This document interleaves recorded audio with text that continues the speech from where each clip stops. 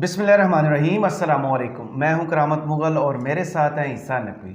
नकवी साहब, इस्लामाबाद में चहमगोइयाँ चल रही हैं कि अगले 48 घंटे में सुप्रीम कोर्ट से बड़ा फैसला आ सकता है। हुकूमत और इमरान खान ने क्या तैयारी कर रखी है? देखें करामत मुगल साहब, इस वक्त वफाकी दारुल हुकूमत इस्लामाबाद में एक परफेक्ट स्टॉर्म डेवलप हो चुका है और ये तूफ़ान इसने टकराना है। अब ये अटल है सही। और इस तूफ़ान में बच सिर्फ वही पाएगा जिसकी तैयारी सबसे अच्छी होगी। सुप्रीम कोर्ट का फैसला ज़्यादा इस वजह चांसेस लग रहे हैं कि डिसीजन जो है वो आ जाएगा जुमे के रोज़। सही। और उसके लिए तैयारी क्या चल रही है इसको देखें। अगर इमरान खान साहब ने जो 12 बंदे मांगे हैं ना, जी। ये 12 बंदे खान साहब को मिल गए तो फिर गेम जो है वो इमरान खान साहब बड़ी हॉट कर देंगे। राइट। ये 12 बंदे बड़े इंटरेस्टिंग हैं। सही। कहाँ से मांगे हैं, किस से मांगे हैं, क्यों मांगे हैं, इनका काम क्या होगा, इन्होंने करना क्या है। सही। और दूसरी तरफ हुकूमत की तैयारियां वो भी बड़ी खौफनाक और ख़तरनाक हैं। पहले देख लेते हैं कि सुप्रीम कोर्ट जो है वो क्या कर सकती है। सिनेरियो हमारे सामने इस वक्त ये है कि सुप्रीम कोर्ट ऑफ पाकिस्तान ने, उसके सामने दो मामले थे। एक था कॉन्स्टिट्यूशन पिटीशन नंबर 5 सही। ऑब्लिक 2023, जो मामला था Sibtain Khan versus federation of Pakistan, speaker Punjab assembly और दीगर पिटिशंस और 184(3) के तहत सो मोटो, ये सारे मामला थे पंजाब में इलेक्शंस के हवाले से। सही। उसकी सारी कहानी सब लोगों को अजबर हो चुकी, तो उसको रिपीट नहीं करना। 4 अप्रैल को सुप्रीम कोर्ट ऑफ पाकिस्तान ने उस मामले पर फैसला ये सुनाया कि इलेक्शन कमीशन जो ले तो लाल से काम ले रहा है, और 22 मार्च को उसने ये फैसला सुना दिया कि 8 अक्टूबर को इलेक्शन होंगे। ये बात ऐसे नहीं होगी। इलेक्शन कमीशन जिन मारूजात को पेश करके जिस बुनियाद पर ये कह रहा है कि इलेक्शन 8 अक्टूबर से पहले नहीं हो सकते, क्योंकि फंड्स भी नहीं हैं, क्योंकि सिक्योरिटी भी नहीं है, ये कोई उज़र नहीं है, इसको फराहम करना हुकूमत की और मुतल्लिका इदारों की ज़िम्मेदारी है। तो 4 अप्रैल को उन्होंने ये फैसला सुना दिया कि इलेक्शंस 14 मई को होंगे। अब 14 मई की डेट फिक्स कर दी गई, उसके लिए एक टाइमलाइन दी गई। टाइमलाइन ये थी कि फ़लाँ तारीख तक, यानी 10 अप्रैल तक जो है वो इलेक्शन को कमीशन को 21 अरब रुपये फराहम कर दिए जाएँ। उस पर हुकूमत ने पिंग पोंग खेला, इधर से उधर घुमा के उन्होंने कहा जनाब पैसे शैसे कोई नहीं है। सुप्रीम कोर्ट ने मामला दोबारा टेकअप कर लिया। टेकअप करके फिर उन्होंने एक और तारीख दी, उस तारीख तक भी इलेक्शन कमीशन को पैसे नहीं मिले। फिर दोबारा उस मामले को टेकअप किया गया और ये कहा गया कि अब 27 तारीख तक जो है वो पैसे फ्राहम कर दिए जाएँ। उसी दौरान एक आम शहरी की दरख्वास्त आ जाती है। आम शहरी जो है वो शाह खबर के ज़रिए सुप्रीम कोर्ट ऑफ पाकिस्तान से ये इस्तदा करते हैं कि पूरे मुल्क में एक ही दिन आम इंतखाबात सियासी डायलॉग के ज़रिए मसले का हल निकाला जाए। सुप्रीम कोर्ट को भी इस दौरान ये एहसास हो रहा है कि अगर लड़ाई बहुत ज़्यादा बढ़ गई, फिर ये रिट को इस्टेब्लिश करना, फैसले को इम्प्लीमेंट करवाना, लार्जर गुड, कहीं ना कहीं मसलहत, उस तमाम के तहत एक नई जो कॉन्स्टिट्यूशन पिटीशन 9/2023 है, उसके तहत वो मामले को कहते हैं कि जनाब सियासी पार्टियां डायलॉग करें। इनिशियली जो है वो सियासी पार्टियां जो हैं वो इस बात पे एग्री कर लेती हैं, हुकूमत भी जो है उसके ऊपर एग्री कर लेती है, सुप्रीम कोर्ट को यकीन दहानियाँ कराती है और यकीन दहानियाँ कराने के बाद एक डायलॉग का आगाज़ हो जाता है। उस डायलॉग के आगाज़ का उसका नतीजा हमारे सामने आ चुका है। सही। अब वो नतीजा ये है कि वो मुज़ाकरात हो गए हैं नाकाम। इस दौरान उन मुज़ाकरात के हवाले से एक सुनवाई और हुई थी जी। वो 8 दिन पहले, लगभग 8 रोज़ पहले सुप्रीम कोर्ट ने उसको सुनने के बाद, क्योंकि हुकूमत अपने पंजे दिखा चुकी थी, हुकूमत कह चुकी थी कि ये पंचायती रोल नहीं मानते हम सुप्रीम कोर्ट का, सुप्रीम कोर्ट के हम 3-2 के फैसले को नहीं मानते, हम 4-3 के फैसले को मानते हैं, ये तो हम, और फिर जजेस को तनकीद का निशाना बनाया गया। तो सुप्रीम कोर्ट ने एक स्टेप बैक किया। उन्होंने कहा जनाब आप अपना मुज़ाकरात करें, हम इस पर मुनासिब हुक्मनामा जारी करेंगे। और मुनासिब हुक्मनामा जारी नहीं हुआ। सही। क्योंकि इंतज़ार किया जा रहा था इन मुज़ाकरात के आउटकम का। अब मुज़ाकरात का आउटकम यह है कि मुज़ाकरात नाकाम हो गए। शाह महमूद कुरैशी, फवाद चौधरी और बैरिस्टर सैयद अली ज़फ़र ने अपने दस्तखत के साथ सुप्रीम कोर्ट में उसका एक ब्रीफ जो है वो जमा करा दिया, प्रोग्रेस रिपोर्ट जमा करा दी। उस प्रोग्रेस रिपोर्ट में उन्होंने चंद पैराग्राफ्स में ये बताया कि आपने ये कहा था, हमने मुज़ाकरात किए, मुज़ाकरात नहीं चल सके, हमने इस मामले पे लचक का मुज़ाहरा किया, हुकूमत ने इस मामले पे लचक का मुज़ाहरा किया, बहुत सी बातों पे इत्तफाक हुआ, लेकिन हम ये कहते हैं कि 14 मई से पहले इलेक्शंस के लिए असम्बलियाँ तहलील कर दी जाएँ। हुकूमत इस बात पर राज़ी नहीं हो रही, हमारा इत्तफाक राय नहीं हुआ, लिहाजा प्रेयर यानी इस्तदा ये की गई सुप्रीम कोर्ट ऑफ पाकिस्तान से कि आप कॉन्स्टिट्यूशन पटिशन नंबर 5/2023 का जो आपका फैसला था कि 14 मई को इंतखाबात हों, उस पर मिन्नोन अमल कराएं, उसकी रूह के मुताबिक इन लेटर एंड स्पिरिट उस पर अमल दरामद सही। अब सुप्रीम कोर्ट ऑफ पाकिस्तान आज अब से थोड़ी देर के बाद पूरी तवक्को ये है कि वो इंतज़ार करेगी कि अटॉर्नी जनरल ऑफ पाकिस्तान के ज़रिए हुकूमत पाकिस्तान, उसमें शामिल जमातें अपने तौर पे, उनके वकील फ़ारूक एच नाइक, उनके ज़रिए दीगर लोग जो जिन्होंने एश्योरेंसेस दी थी, वो आकर प्रोग्रेस रिपोर्ट जमा करवाएं। सही। अब उस प्रोग्रेस रिपोर्ट के मिलते ही, और अगर वो नहीं भी मिलती उस सूरत में भी, अब सुप्रीम कोर्ट ऑफ पाकिस्तान के पास वक्त बहुत कम रह गया। 14 मई आपके करीब आ गई है और कौन कौन से वज़ीर को, कौन वज़ीर आज़म को, उनके साथ किस किस शख्स को तौहीन अदालत का नोटिस जारी करना है, ये इंतहाई अहम मामला है। सही। सुप्रीम कोर्ट ऑफ पाकिस्तान ये जो कॉन्स्टिट्यूशन पटिशन नंबर 9/2023 है उसको निपटा देगी। सही। अब ये वाज़ेह नज़र आ रहा है, ज़ाहिर है कि उसको निपटाना पड़ेगा। और जो पहले वाली पटिशन है उसके जिसके मुताबिक 14 मई को इलेक्शन होने हैं, अब उस जानिब बढ़ना है। अब करीनस कयास जो सबसे करीब आपको बात नज़र आती है वो ये कि आज इस हवाले से वो पेशरफ्त होगी, नोटिस जारी होंगे, जुमे के रोज़ जो है वो इसको निपटा दिया जाएगा और मज़ीद कुछ नोटिस अब क्राइन हमें यही बताते हैं, क्योंकि जो तैयारी इमरान खान साहब कर रहे हैं वो बिला वजह नज़र नहीं आती। अब उसमें एक बहुत ही इंटरेस्टिंग पहलू और इंटरेस्टिंग नुक्ता यह है कि हुकूमत पाकिस्तान पार्लियामेंट के फ्लोर पे तकरीरें कर रहे होते हैं, ये वुज़रा सुप्रीम कोर्ट का फ़ैसला उसके राह में रोड़े अटका रहे होते हैं, काबीना उनके फ़ैसलों पर इतलाक़ करने से जो है गुरेज करती हुई नज़र आती है, जो कायमा कमेटी है वो उस पर जो है वो अमल दरामद नहीं कर रही, वजारत ख़जाना नहीं मान रही, AGPR, governor state bank, election commission of Pakistan, कोई नहीं मान रहा फैसले। सही। लेकिन और साथ में ये भी कह रहे हैं हम इस बेंच को नहीं मानते, हम उस 3-2 के फैसले को नहीं मानते, हम इस 3-0 के फैसले को नहीं मानते, हम इनको मानते ही नहीं है, यही कहते हैं। लेकिन इनके सामने पेश होते हैं। अटॉर्नी जनरल ऑफ पाकिस्तान क्यों जाकर ये नहीं कहते कि हुकूमत ने पैरवी से इनकार कर दिया, हुकूमत कहती है हम इसको नहीं मानते, हम इसकी समाज से अलग होते हैं, नहीं, वो ये भी नहीं कर रहे।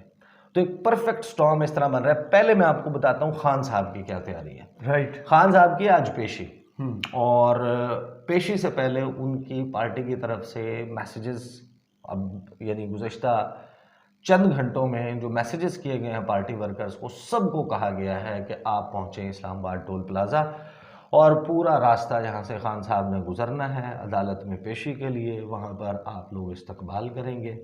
खान साहब की उन्होंने ये कहा है कि जान को ख़तरा है, खान साहब जो है वो आएंगे और अपने लीडर के लिए पहुँचे। मामला यहाँ ख़त्म नहीं होता। सही।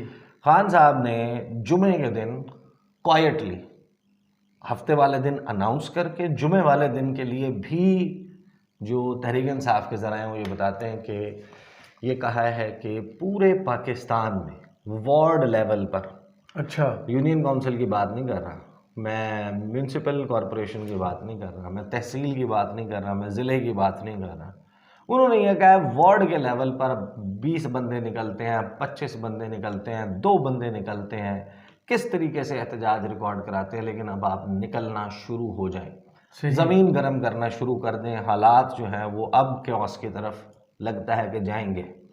और हफ्ते वाले दिन के लिए खान साहब ने ये कहा है कि मगरिब से 1 घंटा पहले तमाम लोग बाहर निकलें, अपने अपने टाउन्स में, कस्बों में, गलियों में, देहात में, मोहल्लों में, हर जगह पर जहाँ पर आप हैं, आपने किसी ख़ास जगह नहीं पहुँचना, वहाँ पर निकलें और अपना एहतजाज रिकॉर्ड करवाएं। सही। और इजहार यकजहती करें चीफ जस्टिस ऑफ पाकिस्तान से, क्योंकि खान साहब ये कहते हैं कि आइन पामाल हो रहा है और सुप्रीम कोर्ट उसके हक में जा रही है और ये उसके ख़िलाफ़ जा रहे हैं। अब ये ज़ाहिर है कि लगता है ऐसा है कि जैसे खान साहब ये एक्सपेक्ट कर रहे हैं कि अगले 48 घंटों में सुप्रीम कोर्ट से फ़ैसला आ जाएगा। सही। और जब वो फ़ैसला आएगा तो उस फ़ैसले को बैक करते हुए पाकिस्तान के अवाम सड़कों पर नज़र आने चाहिए। सही। तो ये है खान साहब की तैयारी। दूसरी तरफ है हुकूमत की तैयारी, और हुकूमत की तैयारी है कि मुकम्मल टकराव, यानी आपने वो तसादुम करना है जिसमें या वो नहीं या हम नहीं, आर या पार। सही। यानी ये डू और डाई वाली सिचुएशन हुकूमत ने बना दिया, बिल्कुल वही चीज़ जो कि इमरान खान के बारे में उन्होंने कहा था कि अब उनका वजूद रहेगा या राना सनाउल्लाह ने जो कहा, या वो रहेगा या हम रहेंगे। तो अब हुकूमत का मैसेज ये है कि या उमरता बंदियाल रहेगा या शहबाज शरीफ रहेगा। फिर वो राना ये सनाउल्लाह, हुकूमत का पैगाम है, यानी लुब्बे लुबाब उसका जिस्ट ये है। राना सनाउल्लाह साहब समेत हुकूमत के लोग अब वो ये बातें कर रहे हैं कि जनाब कोई मसला नहीं है, सही, सुप्रीम कोर्ट बुलाए फिर देखें हम क्या करेंगे। अच्छा, ये बता एग्जैक्टली नहीं बताते कि क्या करेंगे। उन्होंने राना सनाउल्लाह ने जो नदीम मलिक को समा टीवी पे अलीम खान साहब के चैनल के ऊपर इंटरव्यू दिया, बड़ा इंटरेस्टिंग था जी। नदीम मलिक साहब उनसे पूछते हैं कि आपको लगता है कि वो सजाद अली शाह वाला 1997 वाला मॉडल दोहराया जा सकता है? राना सनाउल्लाह कहते हैं बहरहाल जब किसी का वजूद ख़त्म होने पर आए तो हर कोई कोशिश तो करता है ना जी कि उसका वजूद बरकरार रहे। हम अपनी पूरी कोशिश तो करेंगे। नदीम मलिक उनसे कहते हैं इसका मतलब है कि बका की जंग में कोई भी बाहर हो सकता है। राना सनाउल्लाह कहते हैं देखें जी, बका की जंग हर कोई लड़ता भी है और हर किसी को लड़ने का हक भी पहुंचता है। सही। उनसे सवाल होता है इस्लामाबाद में चैम गोइयाँ थी कि वज़ीर-ए-आज़म के साथ 3-4 सीनियर वज़रा को तौहीन अदालत का नोटिस भी हो सकता है। उसमें राना सनाउल्लाह हैं, इसहाक डार हैं, ख्वाजा आसिफ हैं। ये बात चल रही है कि 5-7 लोग हैं वो इकट्ठे एक साथ तलब होंगे। उस पर कहते हैं जनाब राना सनाउल्लाह नहीं, इस वक्त तो ये है कि अगर वो पूरी काबीना को भी तलब करना चाहें तो पूरी काबीना में से एक मेंबर भी नहीं होगा जो पीछे रहेगा। कोई भी हादसा फिलफौर नहीं होता, इसके पीछे वजूहात बहुत अरसे से हो रही होती हैं। जब से ये वज़राए आज़म की सज़ाएँ और सुप्रीम कोर्ट की तरफ से आमिरों की हिमायत, वो पूरी उन्होंने हिस्ट्री गिनवाई जस्टिस मुनीर से आगे तक की, वो हिस्ट्री जो है वो रिपीट करते रहे। फिर उन्होंने कहा कि या तो अब यहाँ से कोई रास्ता निकलेगा और या जो रास्ता निकलेगा वो विन विन पोजीशन होगी दोनों साइड्स के लिए और मुल्क के लिए भी। लेकिन अगर तसादुम होता है तो इसमें मुल्क के लिए तबाही है। और ये जो तबाही, हाँ, और तबाही जो है वो अपने लहजे में गंभीरता लाते हुए मेरी ऑब्जर्वेशन में से नकवी साहब इस इंटरव्यू के बारे में ये भी थी कि पूरी फुल टॉस कराई गई है। इस पूरे सिर्फ फुल टॉस नहीं कि जवाब हर बाल पे आप छक्का मारे, नहीं वो सवाल तो था ही जी, वो जवाब ही था, वो जवाब था कि आप ये जवाब दें। आगे सुने ना वो, तो कहते हैं तो फिर आप आर या पार के लिए तैयार हैं? कहते हैं जी बिल्कुल तैयार हैं। आगे राना सनाउल्लाह साहब से पूछते हैं जब जजेस की बहाली हुई थी, आप लॉन्ग मार्च ला रहे थे, यूसुफ रज़ा गिलानी वज़ीर आज़म थे, जनरल कियानी ने उस वक्त मुदाखलत की, एक एग्जीक्यूटिव ऑर्डर के ज़रिए जजेस की बहाली हुई थी, जस्टिस उमरता बंदियाल। अच्छा, जब यहाँ पर वो आते हैं ना, कहते हैं जी चीफ जस्टिस ऑफ पाकिस्तान की बहाली एक एग्जीक्यूटिव ऑर्डर के ज़रिए हुई थी, ये राना सनाउल्लाह कहते हैं। उस पर वो कहते हैं नदीम मलिक साहब कि इफ्तिखार चौधरी की बहाली हुई और जो मौजूदा चीफ जस्टिस हैं उमरता बंदियाल उस वक्त लाहौर हाई कोर्ट के जज थे, तो उनकी बहाली कैसे हुई थी? इस पर राना सनाउल्लाह कहते हैं एग्जीक्यूटिव ऑर्डर के ज़रिए। तो नदीम मलिक कहते हैं अगर आप एग्जीक्यूटिव ऑर्डर वापस ले लें फिर तो वो घर चले जाएंगे। सजेशन है ना बड़ी जी अच्छी। जी। इस पर राना सनाउल्लाह कहते हैं कि वो एग्जीक्यूटिव ऑर्डर अगर विदड्रॉ करें तो उसके नताइज, फिर इसमें कोई रॉकेट साइंस तो नहीं है, फिर ये कोई बताने वाली बात नहीं है जी। तो नदीम मलिक उनसे पूछते हैं क्या ये इस वक्त एक डूएबल, काबिल अमल ऑप्शन है आप लोगों के लिए? इस पर राना सनाउल्लाह कहते हैं देखें, इस पर काबीना या पार्लियामेंट में बहस नहीं हुई, लेकिन मैं कानून के तालिब इल्म होने के नाते ये समझता हूँ कि अगर एक एग्जीक्यूटिव ऑर्डर के ज़रिए चीफ जस्टिस की बहाली हो सकती है तो वो रुखसत भी हो सकते हैं। यानी अगर उस वक्त इफ्तिखार चौधरी एग्जीक्यूटिव ऑर्डर से बहाल हो गए थे तो फिर रुखसत भी किया जा सकता है। ये सीधा सीधा धमकी है जी कि इधर से आप हमारे पे तौहीन लगाएं, उधर से हम एग्जीक्यूटिव ऑर्डर, उधर से एग्जीक्यूटिव ऑर्डर प्राइम मिनिस्टर जारी करेंगे, आप उसको सैक कर देंगे, आपको फारिग कर देंगे। ये कहा गया है वजीर दाखिला राना सनाउल्लाह की तरफ से। आगे जनाब सुने, वो कहते हैं, साथ ही वो शुरू होते हैं आगे, कहते हैं कि देखें बका की जंग मैं तो पहले भी कह चुका हूँ, हर कोई लड़ता है, आखिरी हद तक लड़ता है। मेरी दुआ है कि ऐसा मौका ना आए, लेकिन अगर ऐसा मौका आया तो फिर जो भी हथियार उस वक्त अवेलेबल हुआ हमारे पास भी और दूसरी तरफ भी, तो फिर वो उस वक्त इस्तेमाल होगा। लेकिन इस सूरत हाल को यहाँ तक पहुँचाने में और अगर आगे जाती है तो इसमें हुकूमत और पार्लियामेंट का कोई अमल दखल नहीं है, ये सब दूसरी तरफ से हो रहा है। उठा के जनाब उन्होंने डाल दिया। और इस इंटरव्यू में राना सनाउल्लाह ने ये भी कहा है कि वो जो नूर आलम खान साहब कह रहे हैं ना कि registrar Supreme Court, principal accounting officer वो पेश हों, फलां फलां चीज़ का हिसाब दें। उस पर उनसे पूछा है जनाब राना सनाउल्लाह से कि आप क्या है अगर वो नहीं पेश होते। होगा देखें वो कमेटी होती है, कमेटी इंटीरियर को बुला के अगर कोई अहकाम देती है, कहते गिरफ्तारी के, तो हाँ अगर गिरफ्तारी के देती है तो फिर हम गिरफ्तार करके पेश करेंगे। बिल ये तो उनके पास रजिस्ट्रार सुप्रीम कोर्ट। तो पूरा तसादुम, पूरा टकराव देखें, कॉन्स्टिट्यूशन पिटीशन नंबर 9 जी ये फारिग हो जाती है तो पीछे बच जाता है वो फैसला सही जो कॉन्स्टिट्यूशन नंबर पिटीशन नंबर 5 है, जिसमें 21 अरब रुपए जमा नहीं हुए, जिसमें हुकूमत ने मुसलसल अदालत के हुक्म की तामील से इनकार किया है, गुरेज किया है, उसके खिलाफ बातें की हैं, बयानात दिए हैं। अब सुप्रीम कोर्ट ऑफ पाकिस्तान के पास क्या है? सुप्रीम कोर्ट क्यों मैं ये कह रहा हूँ ये परफेक्ट स्टॉर्म बन गया। अब किसी एक फरीक जो है उसकी शिकस्त, ये विड्रॉन, ये स्टेलमेट नहीं है। यहाँ पर एक फरीक की बदतरीन शिकस्त होगी, या तो सुप्रीम कोर्ट ऑफ पाकिस्तान की अथॉरिटी और रेट ख़त्म हो जाएगी, फिर चीफ जस्टिस ऑफ पाकिस्तान, वो सुप्रीम कोर्ट को उन्होंने फिर गवर्नमेंट ने टूथलेस बना दिया, बगैर दांतों वाला। सबसे आपने बड़ा वीडियो भी ट्वीट की थी कि वो खातून वो सेब खाने की कोशिश कर रहे हैं और सेब नहीं खाया जा रहा। आपने कहा जब ये सेब खाया जाएगा तो इलेक्शन हो जाएगा। हाँ, वो जा सकते हैं, ट्विटर पे चेक कर सकते हैं। हाँ, वो आपने ट्वीट की, बड़ी इंटरेस्टिंग वीडियो थी। तो या तो वो टूथलेस कर रहे हैं सुप्रीम कोर्ट को, सुप्रीम कोर्ट अपनी रेट एस्टैब्लिश करने के लिए फैसला देती है तो फिर उसमें ये तसादुम और ये टकराव है।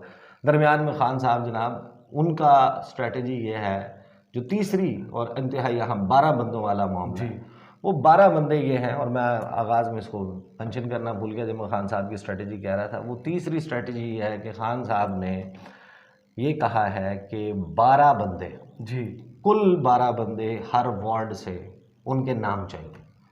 सिर्फ 12 बंदे आपने भेजने हैं। वार्ड मुझे बहुत ज़्यादा लोग नहीं चाहिए, जो लोकल हैं जहाँ पर हम कर रहे होंगे वो लोकल वहाँ पर शामिल हो जाएंगे। आपके पूरे पाकिस्तान में तहरीक इंसाफ के वार्ड लेवल से जो मेंबरशिप है, रुकनीत है, उसमें से 12 बंदे दिए जाए। सही। 12 बंदों का मतलब ये है कि एक यूनियन काउंसिल में 7 वार्ड्स हैं, तकरीबन 12 बंदे। एक जो आप अंदाज़ा लगाइए कि 7 बंदे आपने 12 बंदे आपने 7 यूनियन काउंसिल से ले लिए, उसके बाद कितनी एक वार्ड से ले लिए, एक यूनियन काउंसिल में कितने वार्ड्स हैं, एक म्यूनसिपल कॉरपोरेशन में कितनी यूनियन काउंसिल्स हैं, एक तहसील लेवल में कितनी टोटल मिला के यूनियन काउंसिल्स हैं, फिर डिस्ट्रिक्ट लेवल पे आ जाएं, और फिर आप इसका दायरा, अगर इमरान खान साहब ये बंदे इकट्ठे करने में, इंश्योर करने में, एक जगह पहुंचाने में, जो कि ना मोहसिन नकवी होने देंगे, ना पंजाब की हुकूमत होने देगी, ना सिंध की हुकूमत होने देगी, ना वफाक की हुकूमत होने देगी, ना खैबर पख्तूनख्वा की हुकूमत, आसरा कहीं से नहीं है, सपोर्ट कहीं से नहीं है। लेकिन ये 12 बंदों की सक्सेस, जो कि एक मिनिमल टारगेट है, जो सबसे छोटा मिनिमम टारगेट रखा गया कि कम से कम 12 बंदे, सही, अगर इसको खान साहब 25% भी अचीव कर लेते हैं ना क्राउड के लेवल पे, बाकी तो लोकल्स ने शामिल होना होता है। तो मैं आपको ये बता रहा हूँ कि फिर हालात, शायद फिर वो मौका आएगा जहाँ पर हालात किसी के कंट्रोल में नहीं रहेंगे। तो ये है वो परफेक्ट स्टॉर्म जिस वक्त वफाकी दारुल हुकूमत इस्लामाबाद में बढ़ हो चुका है, बन चुका है। सही, बहुत शुक्रिया ईसा नकवी आपके तजिए का। कमेंट्स बॉक्स में हमें ज़रूर बताइएगा ये वीडियो आपको कैसी लगी। इजाज़त दीजिए, अल्लाह हाफिज़।